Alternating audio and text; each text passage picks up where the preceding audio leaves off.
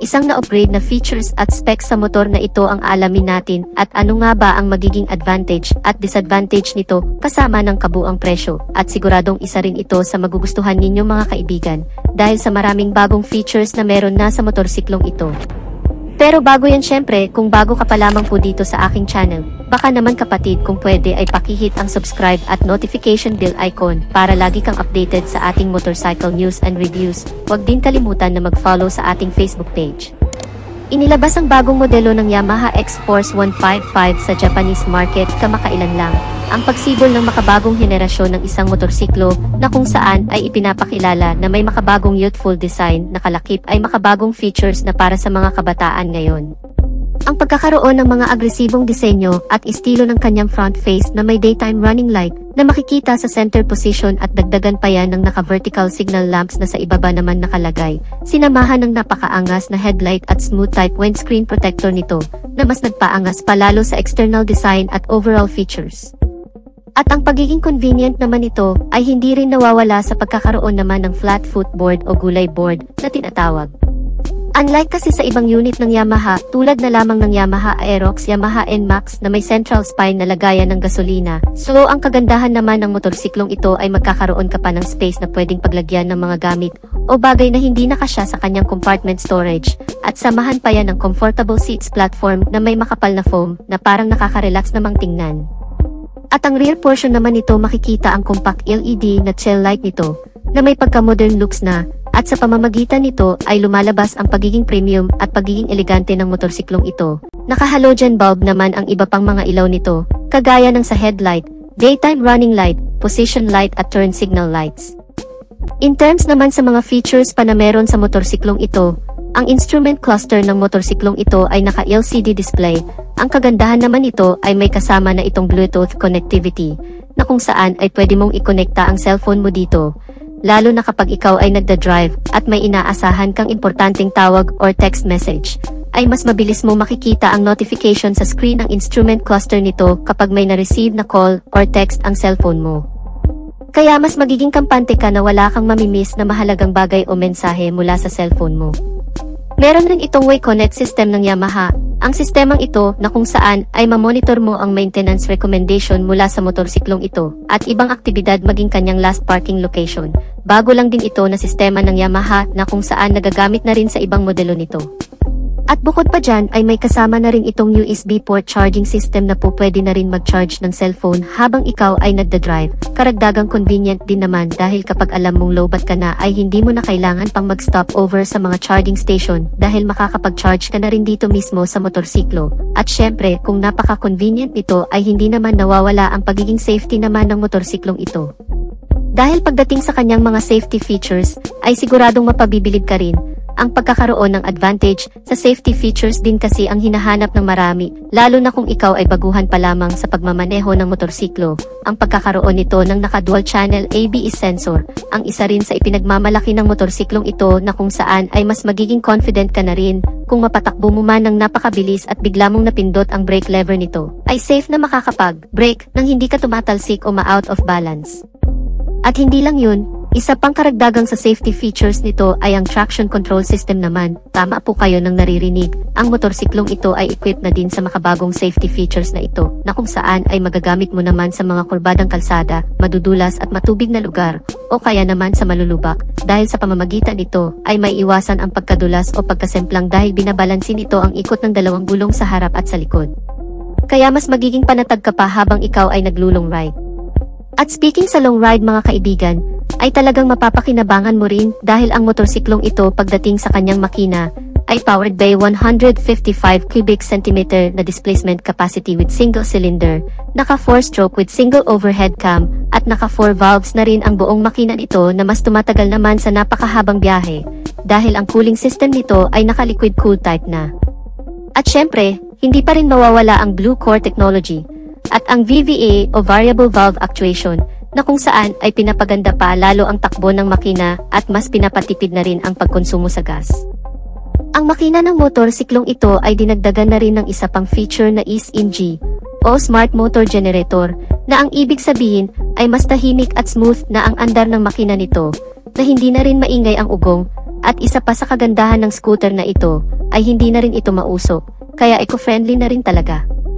Naka-CVT transmission with variable speed, at may full tank capacity na 6.1 liters na hindi ka na rin bibitinin kahit ibiyahe naman ito ng hanggang 6 na oras na walang hintuan. Dahil naka-fuel injected type ang fuel system, ay may katipiran na rin naman ang fuel consumption. Naitala na umabot sa 40.9 km per liter, mas matipid ito kung tutuusin sa Yamaha NMAX, at mas malaki naman ang tangke sa Yamaha Aerox kaya talagang panalo ang motorsiklong ito. Pagdating naman sa engine performance, dito din talaga natin masusukat ang lakas o ang power output level ng motorsiklong ito sa pagkakaroon naman ng maximum power of 15 horsepower sa kada 8,000 revolution per minute. Habang ang maximum torque naman, ito ay 410 Nm sa kada 6,500 RPM, malakas-lakas na rin naman ang ganong klaseng arangkada ng makina. Yun nga lang pagdating sa top speed o buong bilis na inilabas na ng motorsiklong ito. Batay na rin sa ilang pagsusuri at test drive na ginawa ng Yamaha, ito ay umaabot sa bilis na 120 km per hour o halos kapantay lang din ng bilis ng Yamaha Aerox.